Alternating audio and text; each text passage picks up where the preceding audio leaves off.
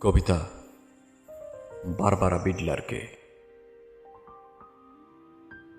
Barbara, ভিয়েতনামের উপর তোমার অনুভূতির তরজমা আমি পড়েছি।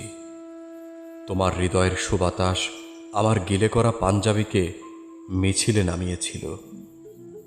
প্রাচ্যের নির্যাতিত মানুষগুলোর জন্য অসীম দরদ ছিল সে লেখায়। আমি তোমার ওই একটি লেখাই পড়েছি, আশীর্বাদ করেছিলাম তোমার সোনার দোয়াত কলম হোক।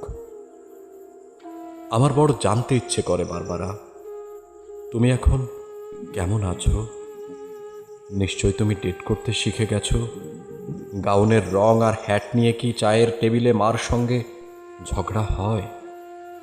অনভ্যস্ত ব্রেশিয়ারের নিচে তোমার হৃদয়কে কি চিরদিন ঢেকে দিলে?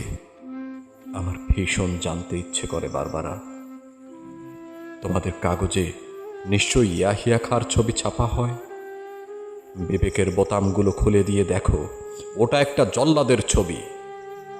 15 লক্ষ নিরস্ত্র লোককে সে ঠান্ডা মাথায় হত্যা করেছে। মানুষের কষ্টার্জিত সভ্যতাকে সে গলা টিপে হত্যা করেছে। অদ্ভুত জাদুকরকে দেখো, বিংশ শতাব্দীকে সে কৌশলে টেনে হিসড়ে মধ্যযুগে নিয়ে যায়। দেশলাইয়ের বাক্সের মতো সহজে ভাঙে গ্রন্থাগার, উপাসনালয়, ছাত্রাবাস, মানুষের সাধ্যমতো ঘর বাড়ি। 7 কোটি মানুষের আকাঙ্ক্ষিত স্বপ্নের ফুলকে সে বুট জুতোয় থেতলে দেয়। টু উইমেন ছবিটা দেখেছ বারবারা?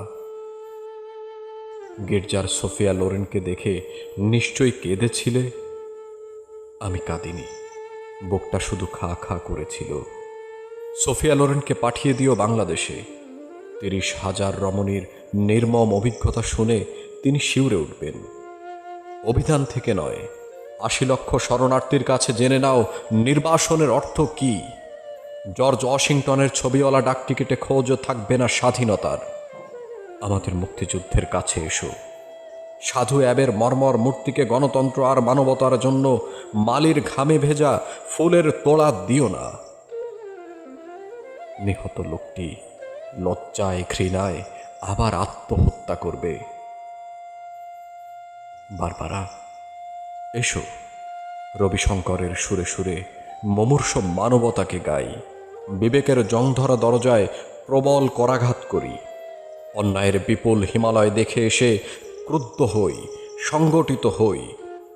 জল্লাদের শানিত অস্ত্র, সভ্যতার নির্মল পুষ্পকে আহত করার পূর্বে, দর্শন ও সাহিত্যকে হত্যা করার পূর্বে এসো বারবারা, বস্ত্র হয়ে বিদ্ধ করি তাকে।